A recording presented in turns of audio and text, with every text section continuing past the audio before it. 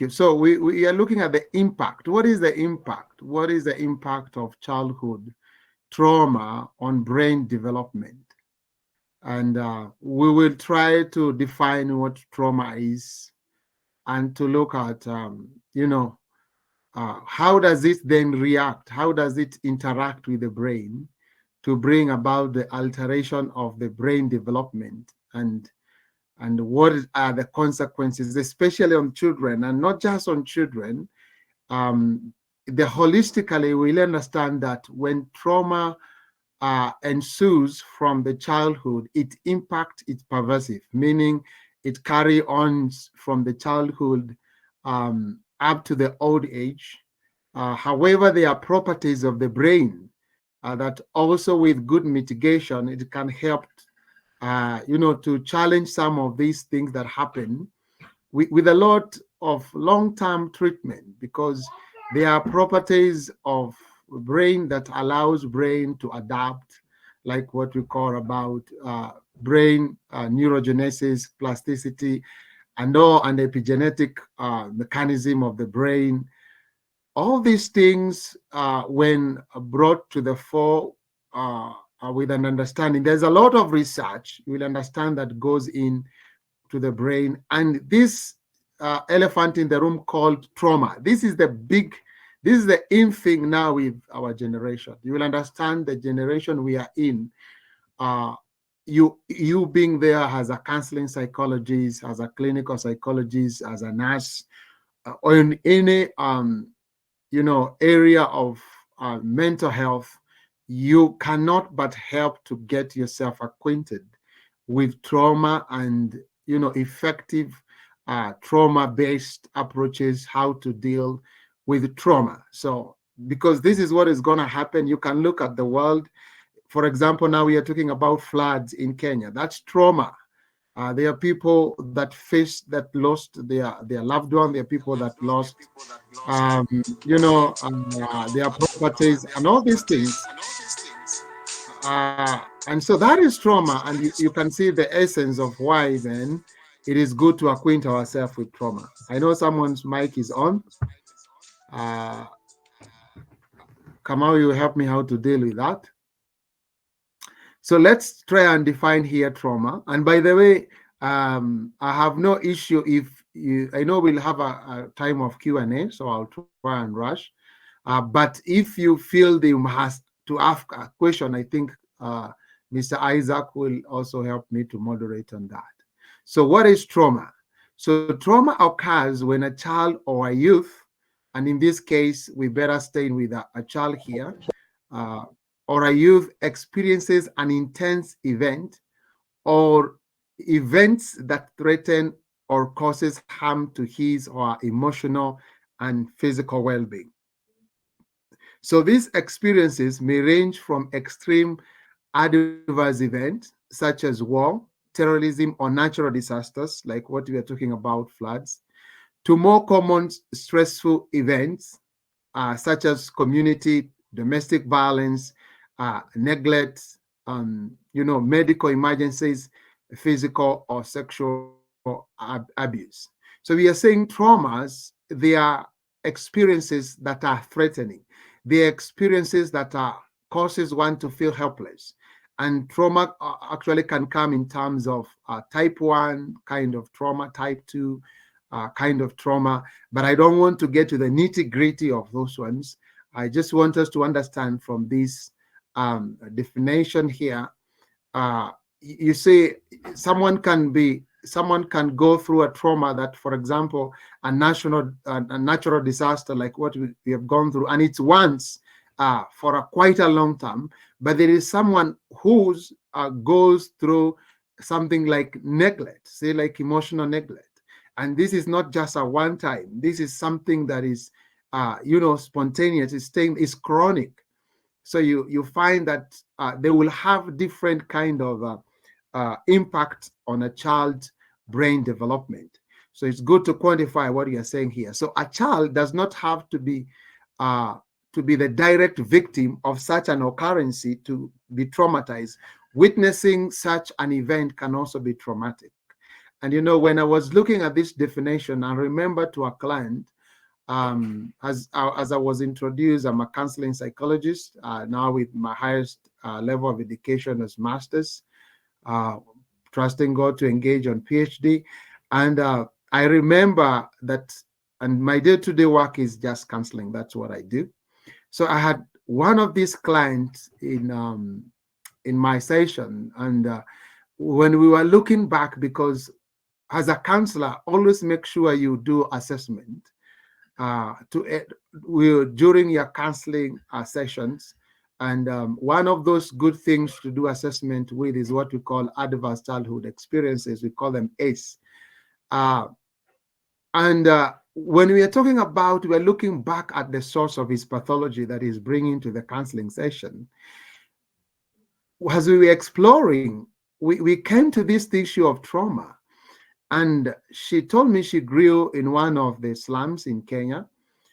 And when we were talking about, she told me, yes, she had quite a, not stable, but moderate.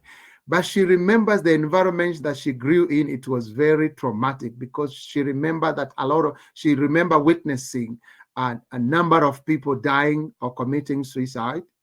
And she remember that there is one guy who burned himself.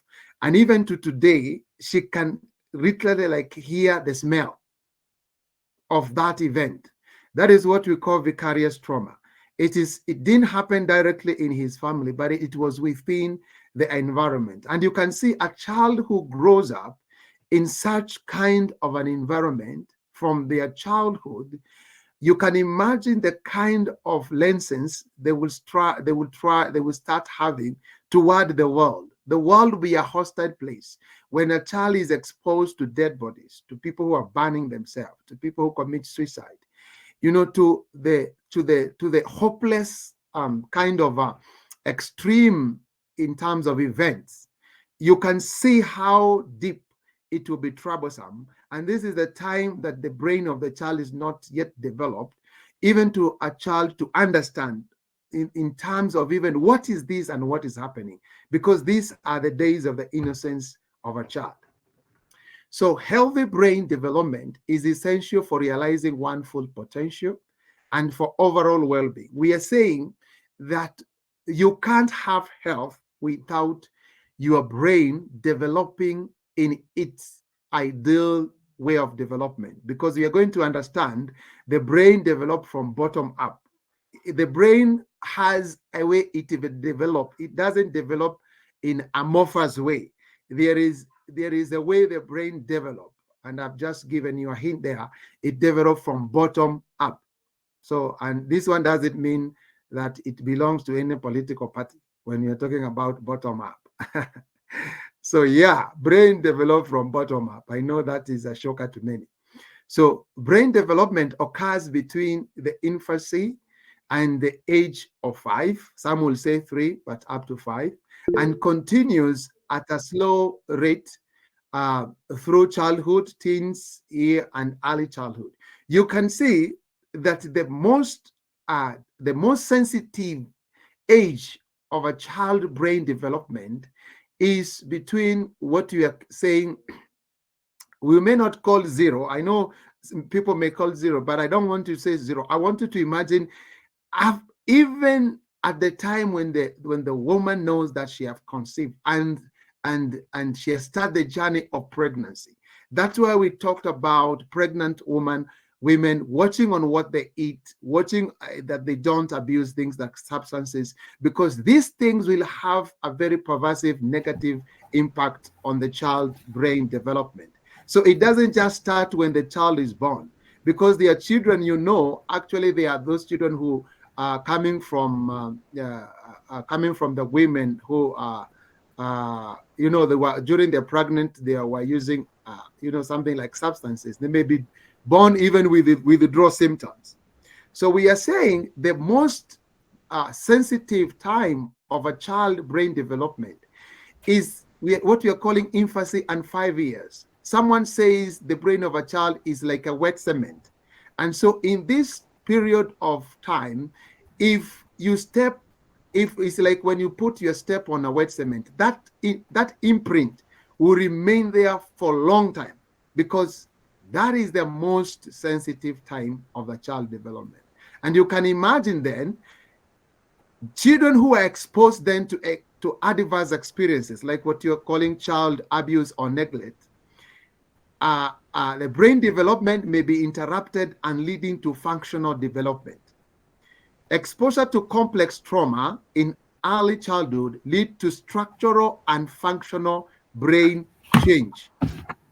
There is someone whose mic is on. Kindly help me to, I don't know. Mr. Njuru, are people asking?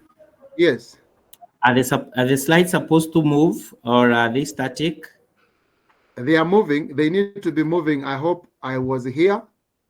We defined trauma. We are still on the first page. We are still on the first page. Yes, when it comes to the movement of the slides. Oh, they are moving on my side. We are still on the title. No, Impact of childhood trauma. No, they are supposed to be. Kamau, you need to be telling me. They are moving. I'm moving on my side. Okay. Oh my goodness. So they are not moving. Yeah, they're not moving. Let me stop sharing. I share again. Yeah. And then if they are not moving, I can share with you. Yeah. And then we see. Oh.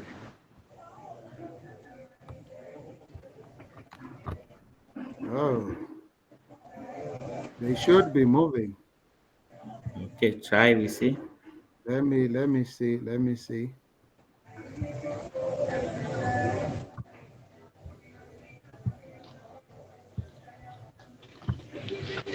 Can you see it?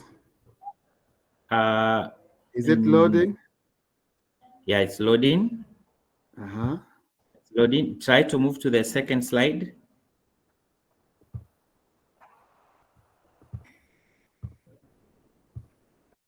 Any movement on your side? What if when you're using the PowerPoint itself, try to move with the PowerPoint itself, yeah? Just minimize the PowerPoint slide. Just pull it somewhere on the side. Eh? You now navigate with the application, the PowerPoint application itself. Yeah. Let me see that. If it doesn't work, I'll just share with you. Yeah, but I know it will work. Yeah. Okay, how about that? Okay, let's see. Try to go to slide 2. So is it working now? Yes, now it's working. It's working, eh? So I navigate using my PowerPoint format. Exactly. Yes. Okay. Yes. Okay, very good. In case of anything, just interrupt me, no problem. All right. So we had done with trauma. So we are saying we are here in introduction, and we are talking about exposure. You can hear me. So we are saying exposure to complex trauma in early childhood leads to structural and functional brain damage. And maybe what I may want you to understand is what we are talking about, structural, because brain, I said, develop from bottom up. It doesn't just grow haphazardly. And functional, meaning we say that brains is localized. We know that there are different parts of the brain with different function, as we are going to be saying. So there is a proven structural change, including enlargement of amygdala, the alarm center of the brain, and the screenage of the hippocampus, a brain area critical to remembering the history of what happens during a traumatic experience. Now, for example, what you have seen here, amygdala, is a part of the brain of what we call the emotional brain. You see, children who live in a negative or who are exposed to early childhood negative experiences, what we are calling here trauma, you can see why the amygdala, and amygdala is the second level of the brain development. So we talk of the brain the hindbrain or the brain stem, and the brain stem, as you're going to be seeing, is the first one to develop. And all what the brain stem does is the area of the brain that keeps you alive and that regulate what you call the involuntary functions of the brain. That means like breathing. That means like what you call the autonomous reflexes of the body. For example, when you see something like a snake, you either run, you hit, or something. So the first brain that develops is the brain that keeps you alive. You don't need to think. When the child is born, the child doesn't need to think. The child needs to remain alive. Then the second level of the brain to develop is what we call the emotional brain. And the emotional brain, this is where you are seeing the amygdala. And you can see then, why is the amygdala enlarging and the hippocampus becoming small? This is one of those profound things about the research when you're looking at the brain. Because children who grow up in a trauma chronic environment, they are hypersensitive. They are very hypersensitive. And that one makes the amygdala, which is like the smoke screen. For those who people live in a danger zone, like for those who people who also live in a place where there's prone to fire, you will understand there is something that is the engineers put in your house, that when there is a smoke, there will be like something, signage, going off so that people can take precaution. So that is the amygdala for you. So when there is any heightened sense of danger, the very first thing for you to go up is amygdala. And that's why you see these children who grow up in trauma, a place that is infiltrated with a lot of experiences like, war, abuse, neglect, and all this, the amygdala will be large. And the hippocampus, which is critical in memory and remembrance, tend to be small, because this traumatic kind of event seems to hinder the remembrance of memory. You can see already there is a change there. So ongoing maltreatment, and when you hear the word maltreatment, this is what we are talking about, trauma, can alter a child's brain development and affect mental, emotional, and behavioral health into adulthood. So we are saying you can see there is a holistic kind of damage here that is happening. First, when you're hearing mental, this is their cognitive ability. The long run damage of trauma will affect the child's ability to think, their emotions, how they'll be able to experience their emotions. Because remember, there are too much things that are happening within the environment that will confuse them even how they feel. I want you to imagine like a child who lives with an alcoholic father who perpetrates things like physical abuse. And of course, when you hear alcoholism, there will be high cases of emotional neglect and emotional abuse. So you can see this child, because of living with a father maybe or a mother who is, into alcoholism, one time you'll be having this significant other loving toward this child. The other time, this significant other will have will be not loving, will be sending different messages. So one time you are hitting this child, calling them name. The other time, you are calling the daddy, mommy, and you are buying them this and that, and they are confused. They can't make sense of this. That's why we are saying it alters the way they need to process their emotions. And also we are saying behavioral health into adulthood. Early life experiences shape the development of brain circuitry and help to determine the makeup of a person's intelligence, emotions, and personality. Remember, we say that the most critical time of the brain development is what we have said from infancy to 3 or to 5 age. And we are saying in this time, especially the first year, they are saying there is almost 1 billion neurons, and I said billions, not millions, 1 billion neurons into the child. And this is what we are saying. If this child is then exposed to trauma, And trauma, we are saying is anything that is threatening. You find, like now what you're saying, imagine a child who have gone like through the flood that have come, they're displaced. This child is living with someone who is abusing the child. Maybe the child is not eating, the child cries, there is no soothing, there is nothing. You know, it will affect the brain, the development of the brain circuitry. That means what we call the synapses. Synapses is the connection that they need to form.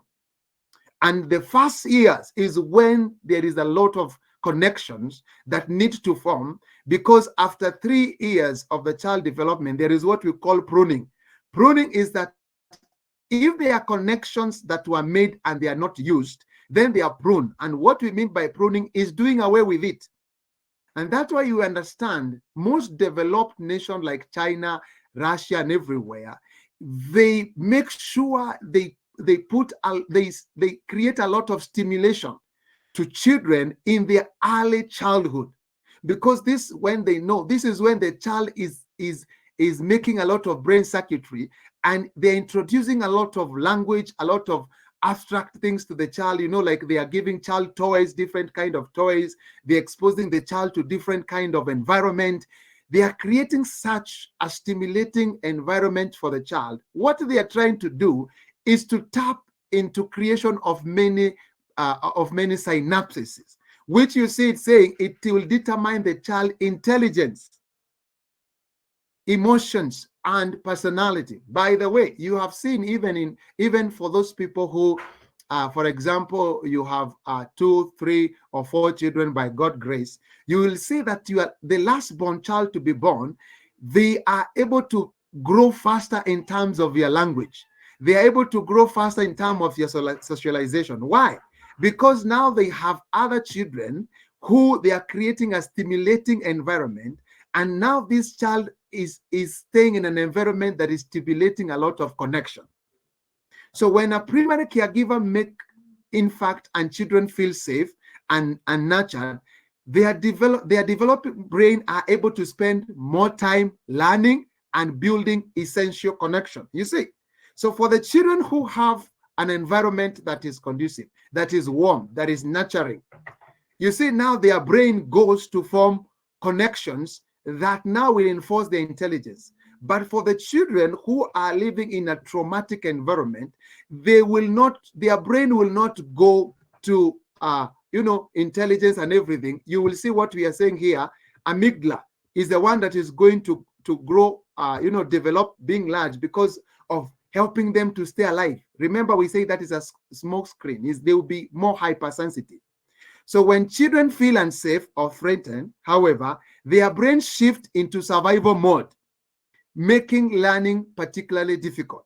That's why you see children who grow up in traumatic environment, they may have difficult even in school. They may have difficult even in socializing. They may have difficult in speech, in the speech development, and all in forming healthy relationship with others. Why? It's because to them, the connection that is formed to them is a connection that keeps them alive. Life, they have been introduced to life, is a scary place to be. I mean, the world is a scary place to be because of all these things they are saying. So the brain has no time to go to learning, to go to exploration of healthy relationship and all that. The brain just wants to stay survival. Early childhood trauma exposure has been linked to a significant increase, a risk of developing several mental and behavioral health issues like what we call PTSD, depression, anxiety, bipolar, and substance use disorder. Most of these psychopathology, as we call them, you will understand they have their root into childhood negative experiences. And that's why even for those professional mental health professionals that are here, you will not do your client justice if you don't do assessment to understand the source, the source of to understand their childhood trauma is because some people in their 30s, in their 40s, in their 50s, they could still be dealing with their childhood trauma. You may be amazed to know that. And so that's why you find that it's good to explore. For those who love things like psychoanalysis, this is where it comes, where you go back and you start to understand the attachment with their caregivers. Who did they grew up with? What are some experiences that were exposed when their childhood? Is there something that they were exposed to? Some of them, maybe they don't even remember. I have had clients who went through sexual abuse and they forgot. And it is still when you're in a counseling and they start remembering, by the way, something happens to me when my mother was away, something happened. And from there, they start understanding something changed, or someone else who grew up with caregivers who are not loving, and like the kind of the client I was telling you, who was telling me that she remembers even the smell and the stench of somebody who burned himself. He was telling me that as they were growing up, there is this what we call shame culture. In African, we have a shame culture where you find from her family, there were 3 of them. You find that the firstborn was named after the paternal mother, and the lastborn was also named after the paternal mother. And so she was named on the other side of the mother. So the 2 children, the firstborn, the lastborn, was born on the side of the father. And so even with her naming, when she went to her paternal grandmother, she was mistreated. She said that my mother could not give me eggs. She used to call me names, And imagine someone who is, around 45, 50 years, she's remembering these experiences. You can see how much it means. And even to today, they are not in good terms. And not because of the eggs or because of the milk that she was not given. No. It's because of how she kind of internalized a rejection. And this rejection formed a sense of how she views herself. And you are going to be seeing what I mean by that. So the effect of brain development caused by exposure to complex trauma in childhood has been associated with psychopathologies, like what you have seen. And when we are talking about complex trauma, we are not talking of trauma just one time. We are talking of repeated exposure to trauma, something like emotional neglect, something like physical abuse, something like emotional abuse, someone like living with someone with mental illness, like living in abject poverty where even the basic needs are not met, living somewhere where you don't feel validated. That's what we are saying, complex trauma. Another thing, this one leads also to maladaptive coping. This is where substance use disorder comes in, and a heightened behavioral and healthy risk trajectory. Now, there is what I've written and be here, and this is the kicker. Well, these changes in the brain are associated with a number of problems. They come about to help people survive in the face of ongoing trauma, as well to anticipate and prepare for living in a world that continues to be dangerous and hostile. So what does this one mean? I want you to imagine a child who grows up in a place where they don't feel loved. They go through what we are calling trauma, neglect, abuse of all these things. Remember, this child will form certain kind of behaviors. This behavior that the child will form, their behavior that will be helping this child to cope with the immediate dangerous or hostile environment. For example, a child may learn to keep quiet. A child may learn to withdraw. A child may learn to keep saying yes on everything, accepting everything, it's okay. A child may learn to, even to be so industrious, even to be so perfect. A child may learn to be so clean. A child may learn to do a lot of things that maybe sometimes maybe even shown to be good. But remember, what is the problem is this child, even when they are grown up, they have come to start living in an environment that is not dangerous, they continue using the same mechanism as if they're in a dangerous environment. I hope that one makes sense. And that's why you see, even right now, those who are here and in your client that even sometimes you know them, You will understand some of your clients, they may be married, but once in a relationship, but once something happened in a relationship, like for example, in a relationship of a young relationship, and there is a mistrust, there is something that has happened. Someone has an issue with forgiving. I mean, they tell you they will have a lot of hard time forgiving. Why? You have triggered what we call the schema of their childhood that was formed there by trauma. Okay. I know I miss, if I speak jargons, I know Kamau will help me to digest some of these things in Q&A. Yeah, sure. Yeah. So we are talking about trauma and impacts on brain development. So exposure to chronic, prolonged traumatic experiences has the potential to alter children's brain, which may cause long-term effect in areas such as what? Attachment. This is what I've been saying. You find this child will have trouble with the relationship. Why? Because if the environment that they are living in is chronic in terms of traumatic experiences, they will have this kind of fear, withdrawn. They will have a problem with boundaries. There are those who will tend to be too much into boundary. They are like, you see, there are people even in their adulthood. There is something we call boundary test in assessment. You'll find there are those people we say they have what we call a nice guy syndrome. They keep saying yes, yes, yes. Everything is yes. And when they say no, they feel guilty of saying no. They seems not to be able to be assertive and to communicate their needs. They have an issue with that. That is what we are calling about boundaries. There are people who they forgot about themselves. They become martyrs in relationship, even later in life, because they grew in a traumatic environment and they don't want a reputation on what they went through. So they can't establish healthy boundaries. Other is things we call empathy. Empathy here is where we call about things like antisocial psychopathology, like antisocial personality disorder. This is where you will talk about conduct disorders. This is where we talk about reactive attachment personality. That is one of the dangerous ones, where you find the child has no empathy. They are just egocentric. Yeah, this is where you may find the child may even grow up now with what a narcissistic may come from here. Remember, narcissistic come when the salient needs of a child are not met because of trauma.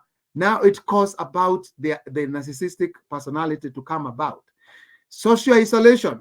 And that's why I say it's like social isolation could be a mechanism that the child was using when they were in a hostile, what we call traumatic experiences. And even when they grew up and they are now in a good environment, they don't know how to socialize.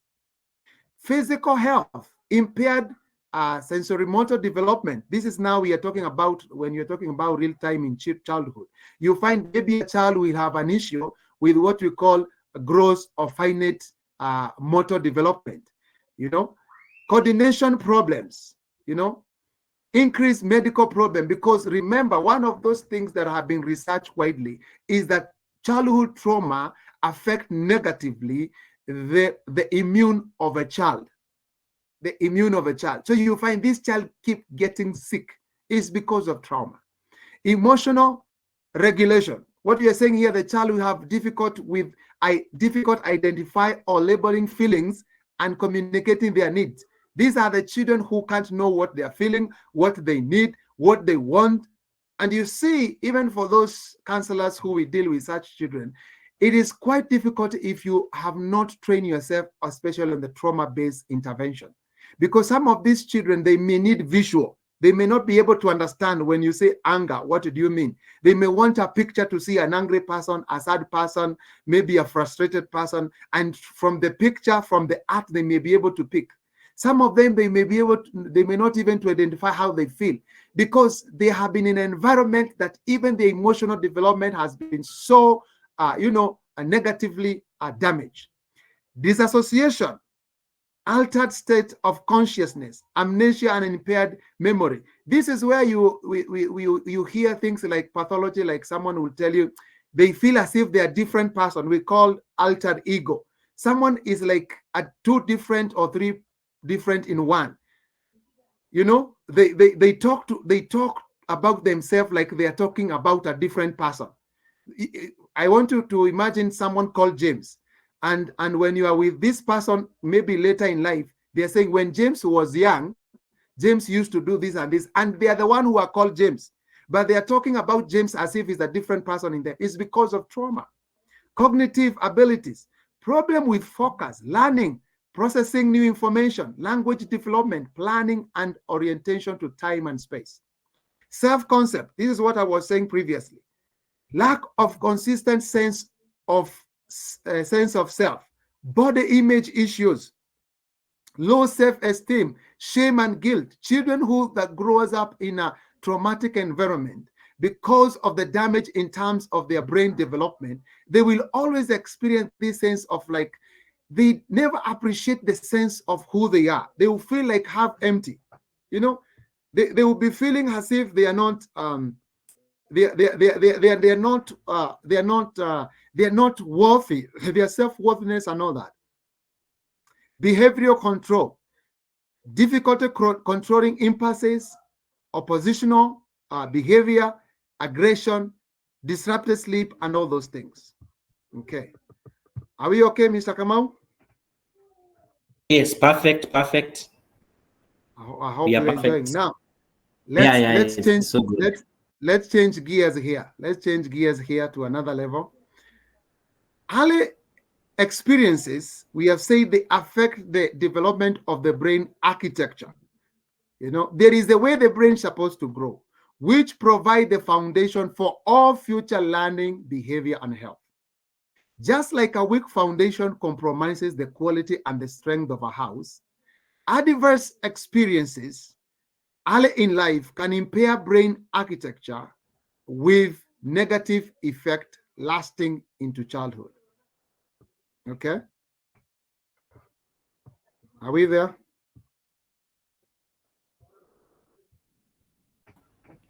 Yes, we are good. Yes, Okay. we are good. Sawa. So this point number 3 here is very important. That is what I was saying. Brains are built over time. Brains are built over time from bottom up. Okay. The basic architecture of the brain is constructed through an ongoing process that begins before birth. That's why we're saying not just infancy, before birth, and continue into adulthood. You can see that's why it's very important. You can imagine like children who are growing up like now in Gaza, in somewhere like, where we are having in Ukraine and all these places in hostile environment like in Sudan. That damage is going to be there for a long period of time, because really this kind of trauma affect the architecture of the brain completely. But I say it is not hopeless, because brain has a characteristic of helping it deal with these things. In the first years of life, more than 1 million neurons, more than 1 million new neurons connection from every second. You can see what is happening here. And this is what we call brain cells. After this period of rapid increase, connections are reduced through a process called pruning, as I said, which allow brain circuits to become more efficient. So you see, the very first years, what I was saying, there will be a lot of neurons, brain cells, and so that the brain can form connection. And those that will be used, they will be strengthened. Those that will not be used, they will be pruned. And that's why it's important for those even mothers are in this. You expose your child, to a stimulating environment that will allow the child to form this connection and to strengthen those brain circuitry. That's where we say the intelligence comes in.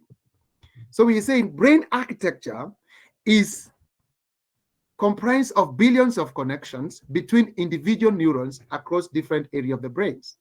This connection enable lightning fast communication among neurons that specialize in different kind of brain function. You see, like now there are neurons that specializes, like for example, communication. There are neurons that specializes, for example, in things like intelligence.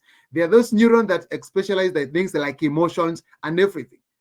So you see, when anything like trauma comes, it affects their connections, because the child stop making any connection and goes to a hyper mode of survival. And that's why you're seeing now this child will have what we call complex developmental trauma, meaning they will stuck in life, and you'll be going to see in that. So the early years are the most active period for establishing neuron connection, but new connection that can form throughout life and unused connection continue to be pruned. The connection that form early provide either a strong or a weak foundation for the connection that forms later. So the interaction of genes and experience shape brain development. Let me explain this, because this topic you are learning is very deep. So we are saying, for example, I want you to imagine a child who is coming from a quote by quote genetically super family. You know, for example, you find the father is a professor, the mother is what, they are good in what. So it's what I want to say here, there's a good genes in terms of intelligence and everything. But if this child is exposed to trauma, it will affect what we are calling developing brain. So, and this, let's just continue going to see this. A major ingredient in this developmental process is serve and return, interaction between children and their parent and the caregiver in the family. So this is what we are saying, because we say serve and return, meaning there is that cordial feedback loop of between a parent and a child. Remember, when you're talking about trauma does not, especially complex trauma, it always happens with an interaction with a significant other. That's why we are saying serve and return. Trauma does not happen with just one person. So we are looking at a child who is growing up in an environment, in a family that is hostile, that the child is going around all these things. That way, say, is an interaction between the child and their parent and their caregivers in the family. There is serve and return. In the absence of responsive caregiving, that means there is trauma, or if responses are unreliable or inappropriate, the brain structure does not form as expected, which can lead into this disparity in learning and behavior. So what are we saying? Ultimately, the genes, the child may be having a super gene, even the gene of Obama. But if the gene of Obama is exposed to trauma, it will be gene plus experience work together to construct brain architecture. And brain architecture, we are saying how the brain grows. So it is not enough for someone to say, I have a super gene. You need to look at what kind of environment are they growing in. So there are children, by the way, I need to quantify this. There are children who may grow in a hostile environment like what we are saying, Gaza and everything. And they may end up actually be intelligent. But you may find later in their life, these children may not be able to enjoy their life. They will have a lot of psychological problem and difficulties because of these experiences. So you can see here, now what we are saying, you can see, I hope, Kamau, you can able to see this picture very well.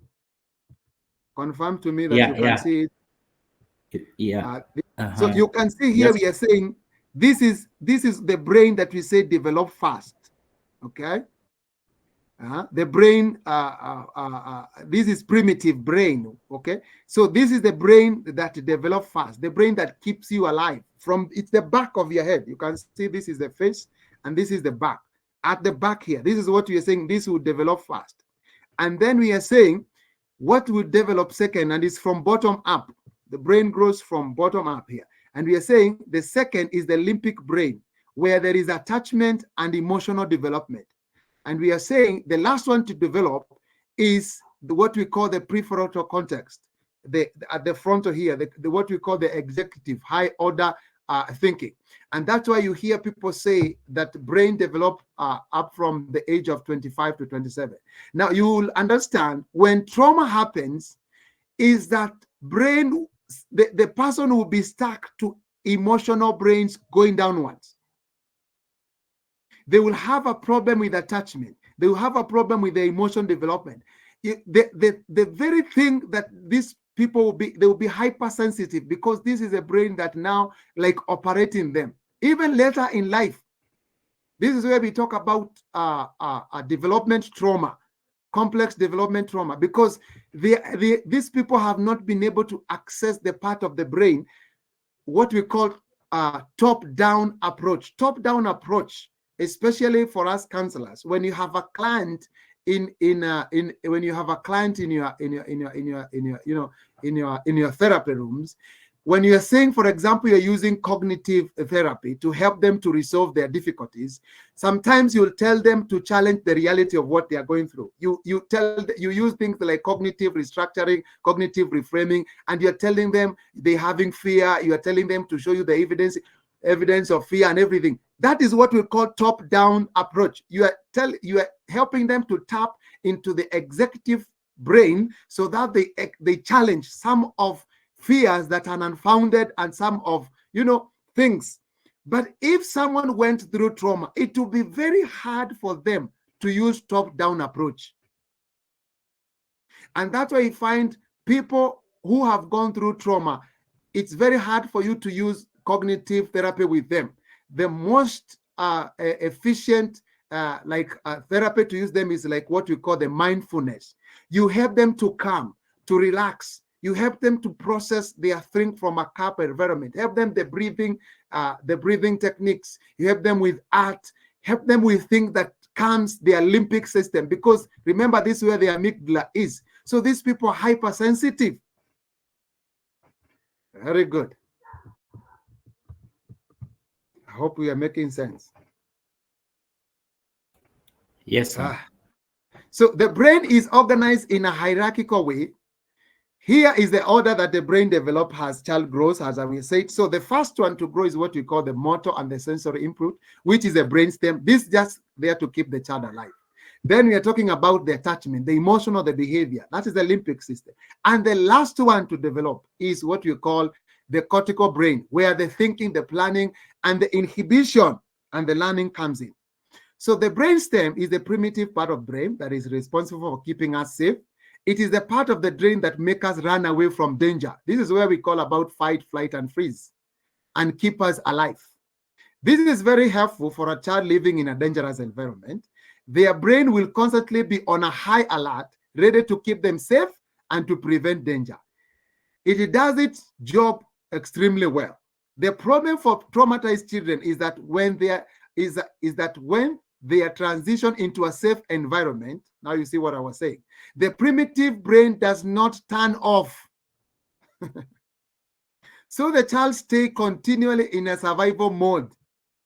We see these children operating constantly in fight, flight, freeze mode, and normal everyday event signals danger to their brain because it doesn't switch off. I have labored that point enough. So the child is developmentally stuck in their brainstem. Very little information can get passed up to the higher part of their brain. So whilst they are stuck here, they cannot form what? Secure attachment, because secure attachment comes from the limbic system of their brain. Secure attachment, manage their emotion or behavior, think, learn, or reflect, because they are simply trying to stay alive in a world that they feel is highly dangerous. So the key message here is that children's brain develop from bottom up, and the higher brain region do not work properly if the lower brain region are stuck. So academic learning happens in the cortical brain, the one we said in front here, the cortical brain. Okay, here, the front here, that's where the learning happens, in the cortical brain. If proper development in the first two brain areas does not happen, the child will not be able to learn, no matter how good the teacher is. My goodness. Okay. So response to stress. Remember, one of those things that is very critical to know is what we call the response to stress in terms of trauma. So we all experience different type of stress throughout our life. The type of stress and the timing of that stress determine whether and how there is an impact on the brain. So we have these three types of stress. One is what we call the positive stress.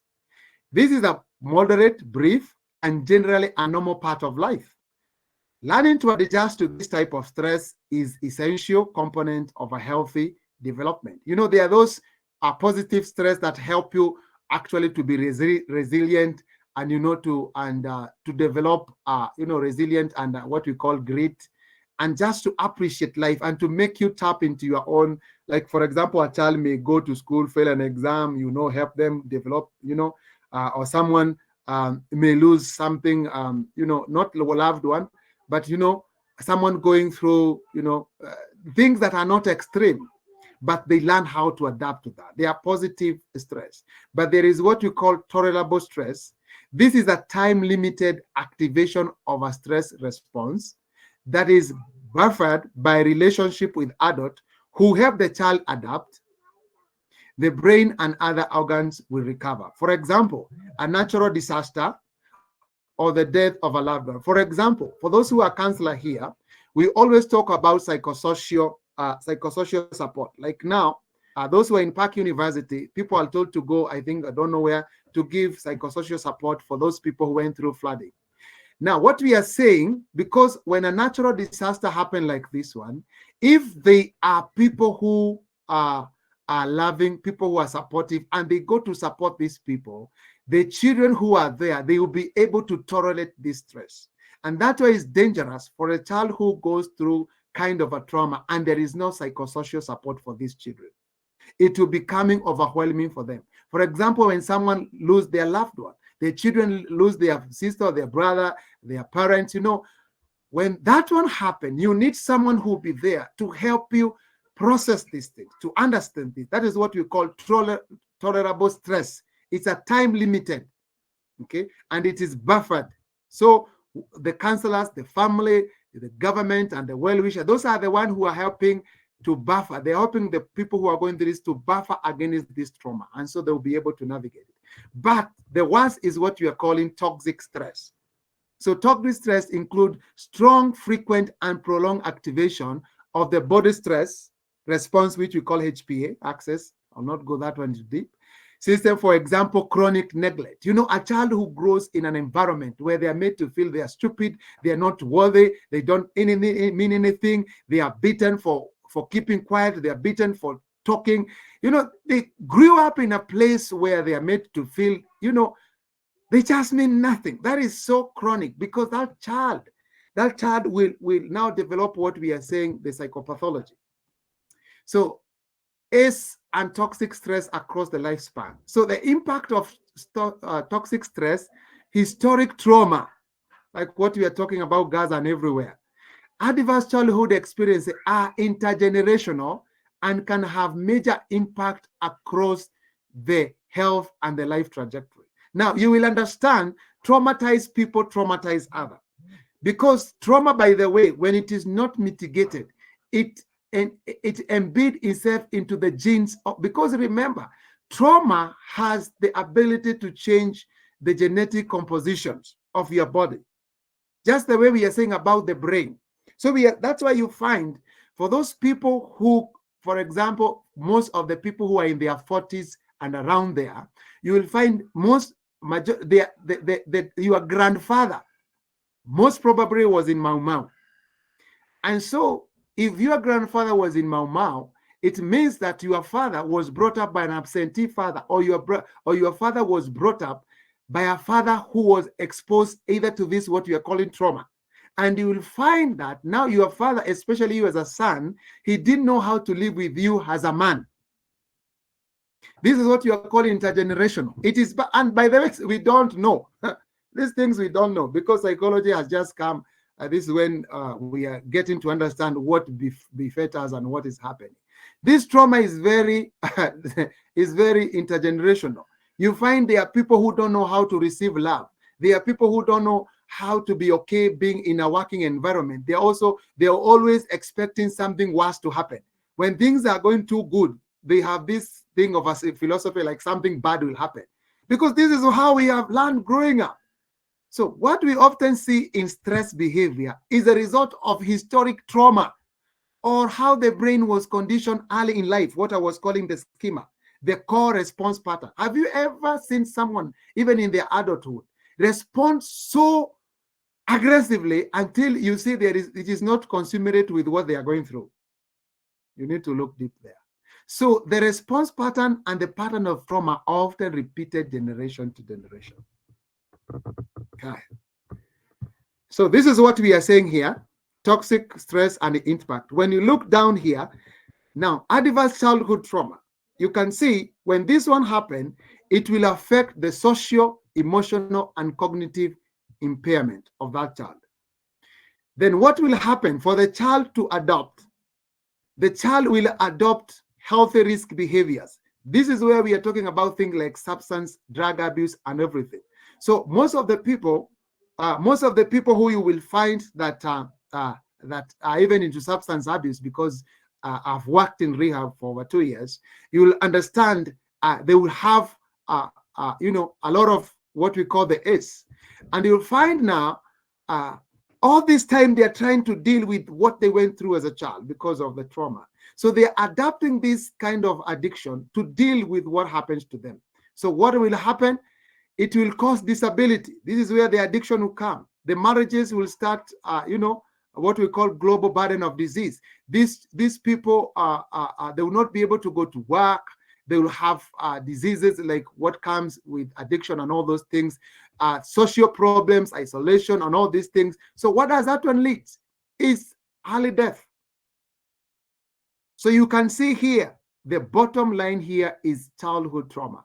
And that's why we, even as a professional, who we are here for mental health, is very imperative of us that we really educate ourselves about childhood trauma and its impacts in the holistic life of children and even later in life. So healthy development can be derailed by excessive or prolonged activation of stress response system.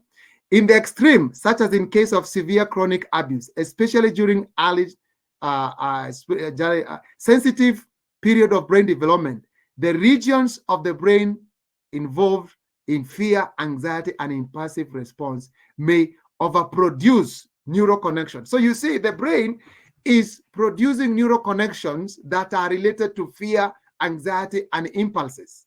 Well, those regions dedicated to reasoning, planning, behavioral control may produce fewer neural connections.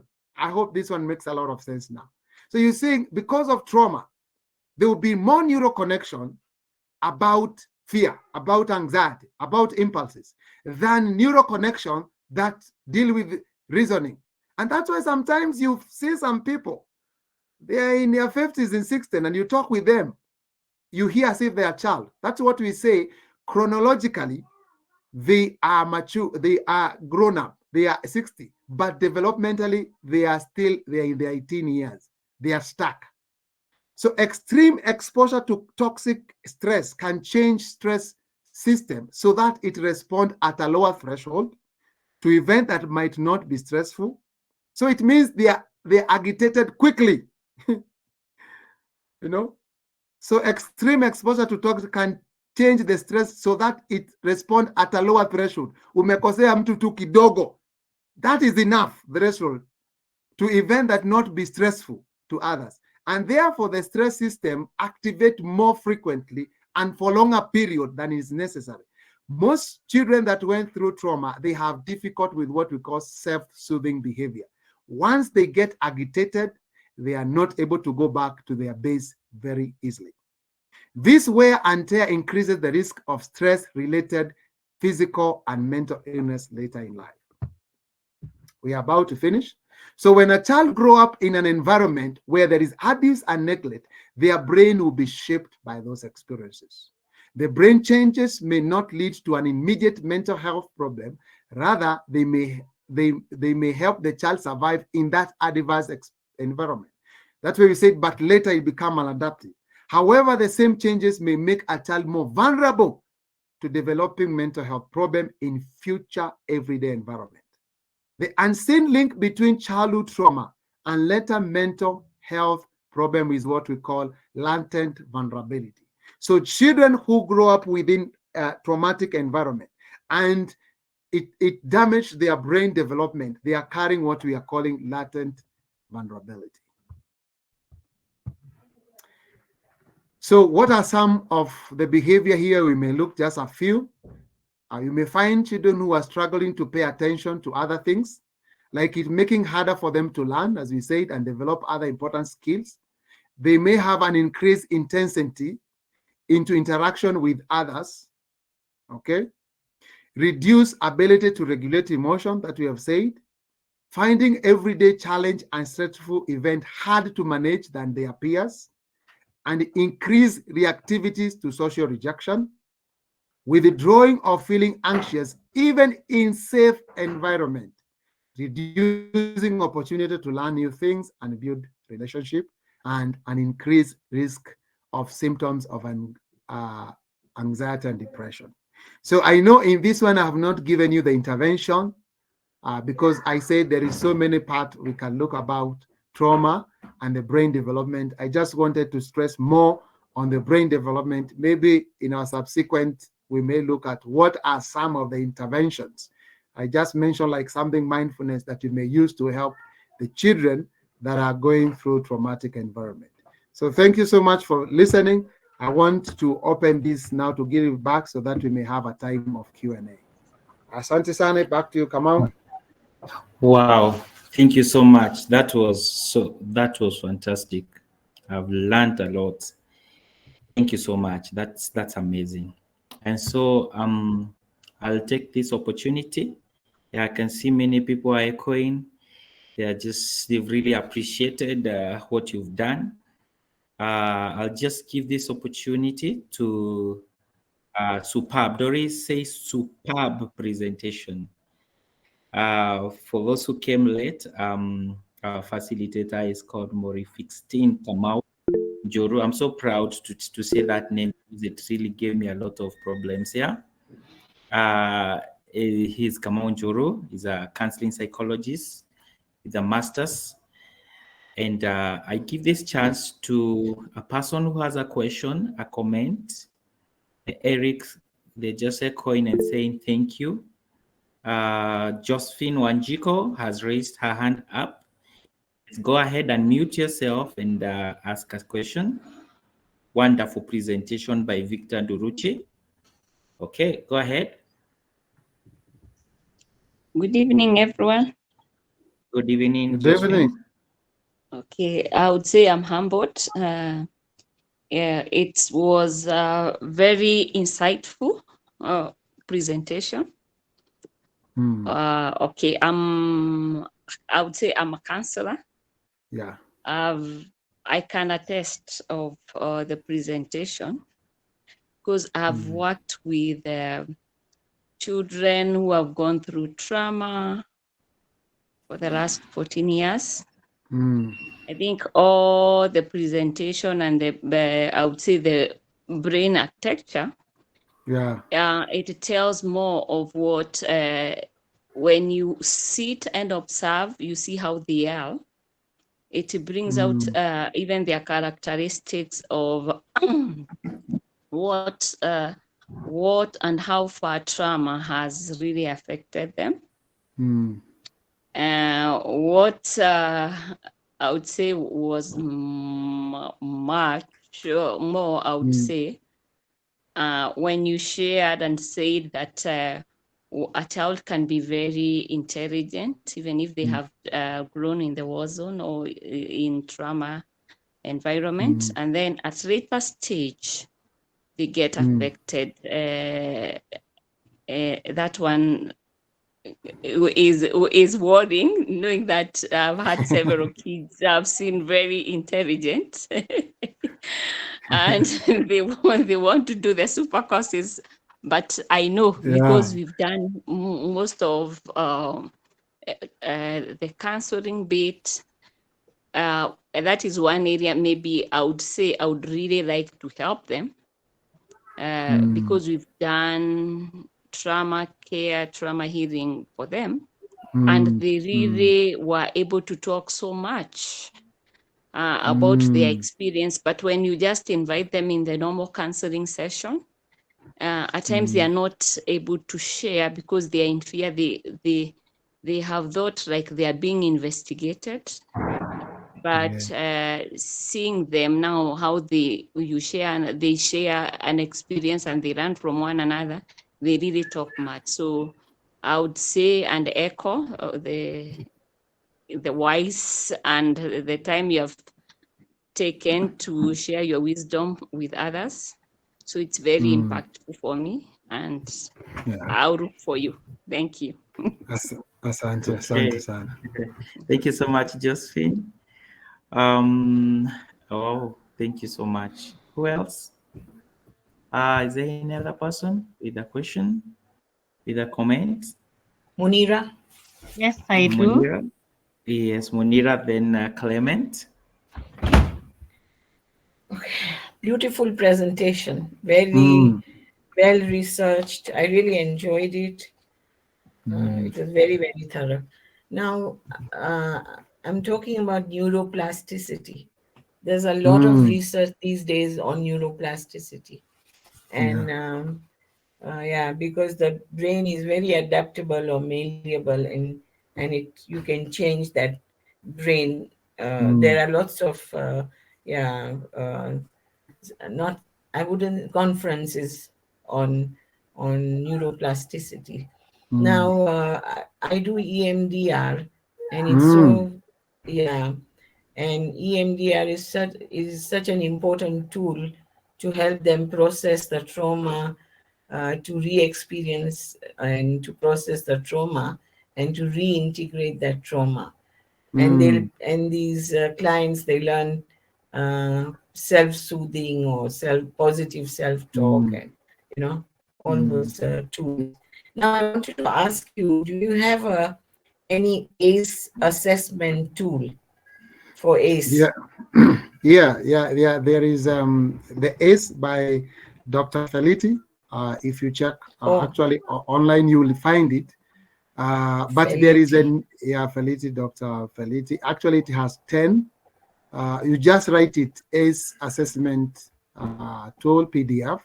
You will get one free by Dr. Felitti. It will check the 10 components of things like sexual abuse, physical, but there is a new one. Maybe this one you may end to research by the World Health Organization that they have brought one, but I prefer using the one by Dr. Felitti. Okay. Yeah. Thank you so much. And then again, I want to know a little bit on intergenerational trauma. It's an interesting, that's also very much talked about these days. Yeah. So can you talk, if you have any information on that, you can talk about it. And I really appreciate it. Yeah. Maybe I can just direct you maybe where to get it more, because it's one of the concepts by John Bowlby. That's where he talk about intergenerational trauma, because you see, we have said that brain development is impacted both by genes and experiences. So and especially when like intervention, like the way you say about MDR and other mindfulness, techniques are not brought into intervention. You find children, or the children of these traumatic experiences, without knowing, they take it to their children in terms of their parenting. So one of those things that is very good to deal with that is like parenting. So that the parent becomes, because we say trauma always happening within an interpersonal relationship. So you see, if parents then they are able to create that environment, they will give a child a safe environment where they can start processing what is happening. But given another opportunity, maybe by the host of this, we will talk more about that. But you can check more from John Bowlby in terms of attachment. Okay, thank you. Karibu sana. Okay. Yeah, so someone is asking, is it Dr. Ace by Dr. Felitti? Is Feliti? Yes, Felitti. Or Dr. Felitti. Right. Thank you so much, Munira. Then we go to Kalush and then to Clement. Kalush, then to Clement. Okay. All right. Thank you. Thank you so much. That was really very insightful. I wanted to find out. Yeah. Sorry, I could see my network and gone off. Can you hear me? We can Yes, hear you yes. clearly. Oh, thank you, thank you. So one of the areas that I find difficult is, like the way you're saying, as a child, there are many things that you could have been exposed to, especially when you're so young. And now Yes. when you have a client in front of you, and probably at the back of our minds as counselors and psychologists, we know maybe we need to revisit this space of childhood experiences. How do you Yes. help someone remember things that they even have no clue themselves they went through? Like they said, there's someone who could have been maybe molested, but it all got off their mind. They don't even remember that happened. And you're trying as a to help them from that perspective. What do you do to get that information out of a client, or to help them remember, if there's anything like that? And then secondly, as you answer that, because I heard that you're saying we'll have other subsequent presentations. Like I joined through just seeing in one of the groups it was posted. So I don't know how will we know that there is the next one, or shall we put, I don't know, so that I don't miss out the next presentations. Okay. Someone else will answer number 2. I will answer 1. So I will take you back as a professional counselor. We know in the second or the third session with the client, you're supposed to do assessment. So here is where, for example, when you do the first session, you're building rapport, you're doing intake, you're doing everything. So the second one is where probably you are setting the goals and all that. You shouldn't go beyond the third session without doing an assessment. And if you can't do the assessment, you better even look for a firm that do the assessment if you can't do the assessment yourself. So for example, here is where you bring the issues like S. S will help you to deal with a lot of those things. You pick them, and it's yes and no, by the way. Can I share S? Can I just show you? Yes. Yes, you can. Let me just show you. Kwani see kitu iko hapa. Let me just show you what we mean by ACE. It's here. Okay.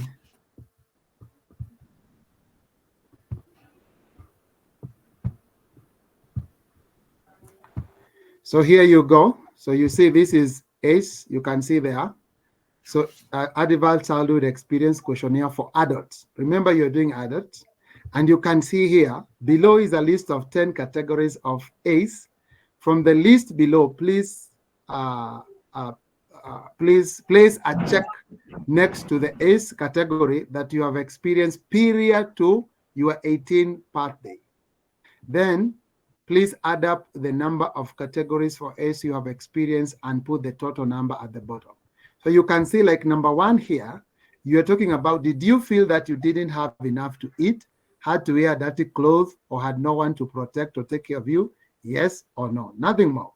Did you lose a parent through divorce, abandonment, death, or other reason? Yes or no? Did you live with anyone who was depressed, mentally ill, attempted suicide? Did you live with anyone who had a problem with drinking? Now you can see, like for you, Kalush, you can see this one. Did you experience unwanted sexual contact, such as folding, oral, anal, and all those things? Number 9. So as the client is feeling this one at the back of your mind, because remember, the very first thing to do is to psychoeducate the client, is that once, because we say from 3 going upward is very significant. And I can say this one. According to Dr. Feliti, those who have experienced 4 to 6, I don't know if I need to say this one, but it says if intervention is not given, they may die 20 years earlier. Okay. Let me not talk. I hope you have seen that. Huh? Can I pull it down? Yes. Okay. Yes. So Okay.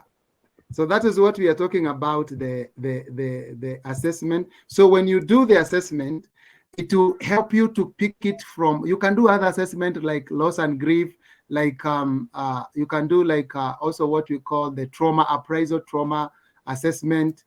These are the things that will help you, like when you lost your father, you know, they will tell you like how, when you do this assessment, they are the ones now you will use to start exploring more with the client. So I think I will emphasize that do more assessment. At least the third before the fourth session with the client. Okay. Wow, thank you so much. So I'll answer the second question, Kalush. You can have my number and then inbox me directly I'll make sure I remind you about the next meeting, 0724 382 346. I'll share it on the chat box. So Dr. Clement, karibu sana. He is our father, and we always love when we see him with us. Yeah, go ahead, Dr. Clement. Thank you so much. I want to appreciate. I came late. Is this also Mr. Kamau? Or yes, sir. Yeah, thank you. I want to appreciate your presentation. Very rich and also well prepared. Let me, I think even the colleagues here, most people keep away from anything dealing with science, particularly the brain. But you are so daring to get into the lion's den. You know, even when we are dealing with addictions, people just, you know, they just cut around the corner. Mine will be a few comments. In fact, by the way, this early childhood experiences tool, the clinical tool, I have used it. I used it myself. I think. Are you struggling with depression? Are you struggling with suicidal thoughts? Well, if you are, this here might just be the remedy for you. The book is called The Deception Behind Suicide by Isaac Kamau. I was on the verge of committing suicide. I had less than 12 hours to do it until God gave me a revelation telling me that, Isaac, when you stop breathing, you will not die. You die when you lose your spirit to the enemy. So if you want to defeat suicide and arise and shine, please get the book, The Deception Behind Suicide by Isaac Kamau. You can get the ebook and the audiobook, which is available on Amazon, www.thestorybook.whitneymwangi.com and www.psychologysupport.com.